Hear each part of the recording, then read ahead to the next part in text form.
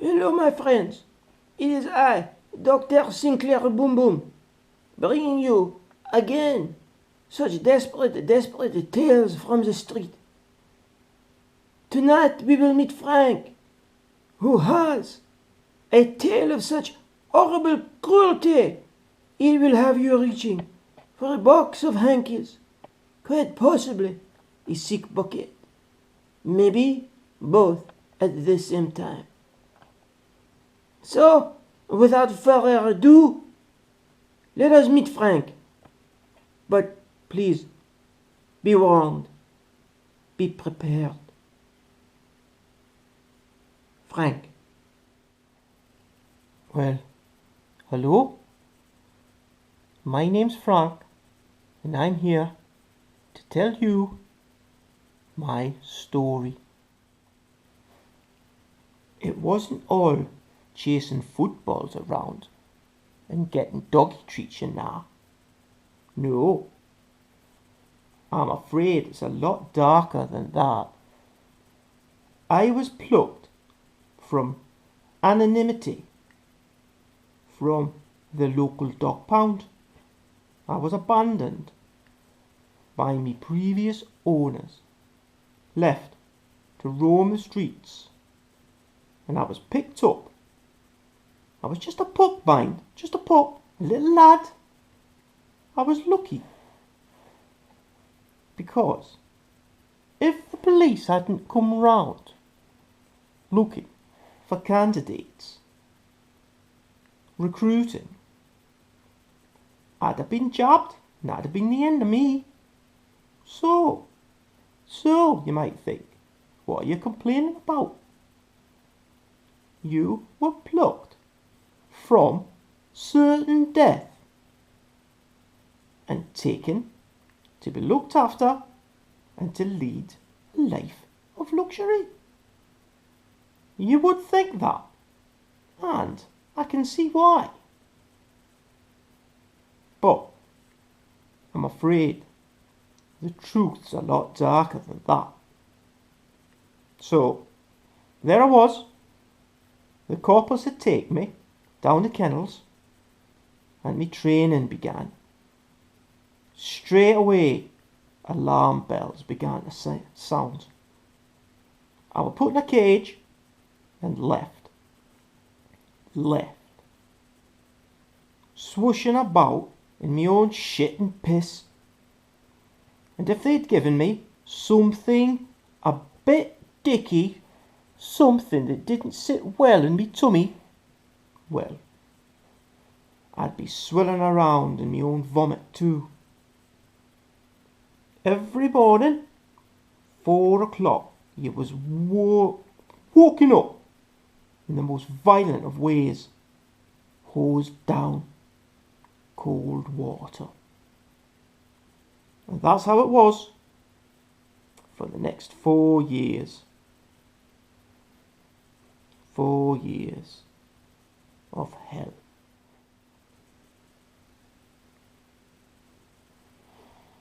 You know, when they take you out on operation, you'll think it's a big game.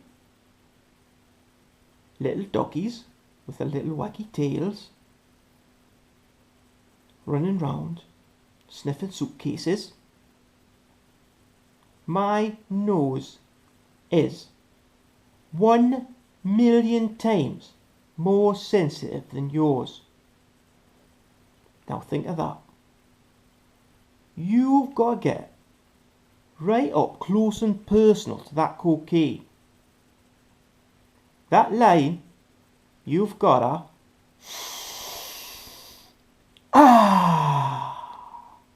sniff it right up.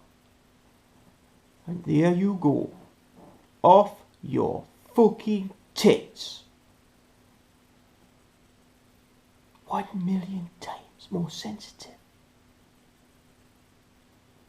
I can be 50 feet away from a gram of cocaine hidden in the middle of a suitcase, in a sock, in a smelly trailer, wrapped in tin foil 3 times. I get a whiff of that, I am off my tits for a fortnight. Have you seen us? Have you seen us? Sniffing those drugs. We go fucking mental. Mental. We're bouncing about that airport. But what you don't see is, once we've danced around the suitcase and identified it, you don't see the little jab. The little jab they give us in our arse. Boom! Straight away we're down. You think they're saying, good boy Frank, well done Frank, giving us a treat. Nah. Sometimes it looks like they're giving us a treat. Have a treat, Frank. That treat is packed full of shit. The second that hits my tummy, boom, I'm down like a ton of bricks. And that's me for a fortnight. That's me in me cage as the shit piles up and the piss stains me fur. That's the reality of this situation. That's the reality of being a police dog. A police drugs dog. It was after a particularly unsavoury incident. Me and Lawrence, big German shepherd. He knew the score, knew what was going down, been doing the job 7 years. Nothing wrong with his senses, like. Getting a bit slow, getting on a bit. Some of them are nimble little bastards. Could out-jump him, outrun him, body swerve him, get away, basically. The writing was on the wall. One day, Lawrence wasn't there. Asked around, where's Lawrence? Is he feeling a bit iffy? Has he been in a big drugs bust? Is he down? 2 weeks down? Where's Lawrence? No one knew. Well, that's what they said. But they knew. Wasn't long before I found out. It was Dominic, a little cocker spaniel. Little cocker, little Dominic. He spilled the beans. Dom, you see, he'd been taken there. But he got a last minute reprieve. Dom had twisted his ankle when he jumped up to grab some bastard laden down with heroin. He'd stuffed the heroin up his ass. But Dom was on it. He knew where it was. And he'd grabbed the bastard by the balls. Then fell back, twisted his paw. And it wasn't healing quite as quick as these fucks needed it to. So he found himself being taken down to the very bowels of the kennels. The vet had the jab. No more than 2 centimetres from Dom's arse. Dom just took a punt, took a chance. It took all his might, but up he went, up onto 2 legs, pirouetted around like he was one of those fuckers off the TV. Jumped up and down, fucking tap danced his way out of that predicament. Got reprieve. Came back, but he'd been told, warned, spill the fucking beans, you'll be coming back. But he did it.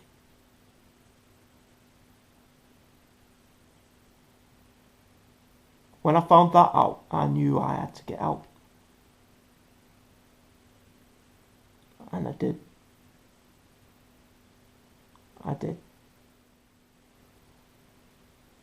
So, how did I do it?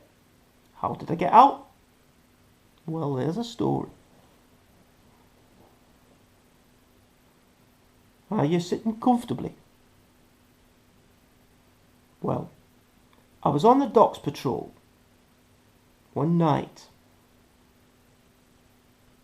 and I thought, this is it. This is the only way. There's nothing else for it. Won't get another chance.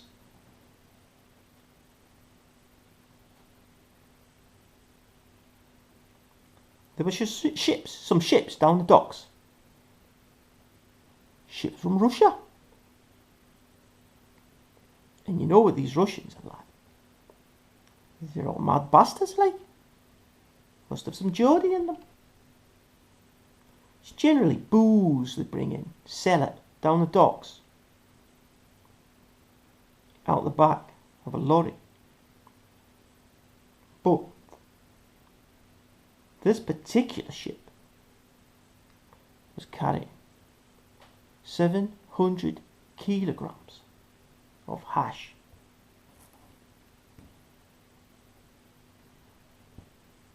Unbelievable. Hash for me is not too bad. You can smell it from a marathon distance away. But doesn't get you out your tits. Does the fuck you up like the old cocaine, you know? So it's going to be an easy night. I was going to take them right to it. Probably be feeling a little bit mellow. So I thought, fuck it, why not? Let's give it a go. I'll be off the leash. I'll keep my eye open, keep me wits about me, take me chance. So there I was, down the docks on the ship. Took me seconds, there I was, sitting top of 700 kilograms of finest Turkish hashish. It was beautiful. I was mellow, chilled out. Then I heard it. That was me signal. Signal to go back, get back on the leash. Get harnessed up, chucked in the back of the car. I thought, now's me chance. Went towards me handler, Brian. Just as he was about to hook me in, I did it. Boom! Chung! Straight off. Bolted. Right out the door, up onto the deck. And that is when I did it. Shut my eyes. Jumped. Right off the side of the boat. Psh! I dropped 30 feet. Right into the water. Tell you what, doesn't matter how hairy your balls are when you hit that water. That cold, cold water. That's shock. But I managed to make it ashore. I was wet. Had my balls stored deep in my body cavity. But I was all right. I was all right. So, what did I do next? Roamed the streets for a bit. You know, dogs. We're resourceful. Kept a low profile during the day. My police training came in right handy. That was a perk. Working for the cops turns you into a right sneaky bastard. Didn't go hungry. I kept my ear to the ground. Yeah, did okay. And that was when I met Rex. Wasn't his name like, you know, dog called Rex. Nah. I wasn't taken in. Fuck's sake. fucking moron if you think that's a dog's real name. But he was from the streets. Rex, he'd seen me, skulking about in the shadows at night.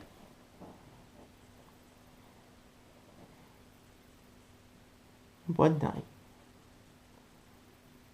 he'd obviously had his eye on me, and he came up. Wasn't threatening, nah. I think he knew I could handle myself, you know. Didn't want to give it a go. Didn't immediately come up and thrust his nose up my ass. Kind of stood in front of his leg. You know, hesitated, raised a paw, raised his tail. You know, kind of like, oh aye. So I reciprocated, turned round, gave him a oh aye. And then I thought, fuck it. Go on, canny lad. Take a chance. So I turned round slowly like and offered him up me arse. Came up, had a sniff. He reciprocated. And that was it. Dialogue started. There were Rex. He put us in touch with the DPT, Dog Protection. They sorted me out, gave us a new identity, gave us new owners, got us a job. Well, it was okay for a bit, like, you know, sniffing about here and there, making the most of my new surroundings, like, you know, doing just enough, chasing a ball now and again. Back when someone came to the door, but I just couldn't stop thinking about all those people I'd left behind. And basically, that's what brought us here today. It breaks my heart. I hope that this goes viral. I hope this real travesty gets exposed. Because if I can help just one dog, that'll be it. My job will be done. And I can go to my grave with a clear conscience and as an happy dog. That's it. That's my story. Who knows what'll happen next? Just like to thank Dr. Baum Baum for this chance. Thank you.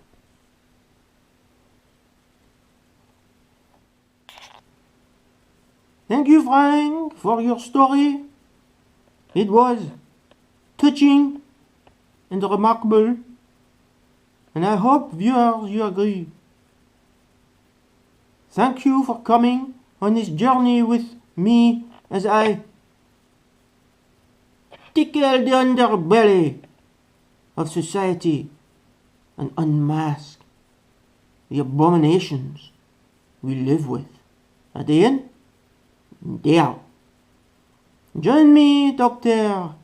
Sinclair Baum Baum, next week as I take you on another remarkable journey.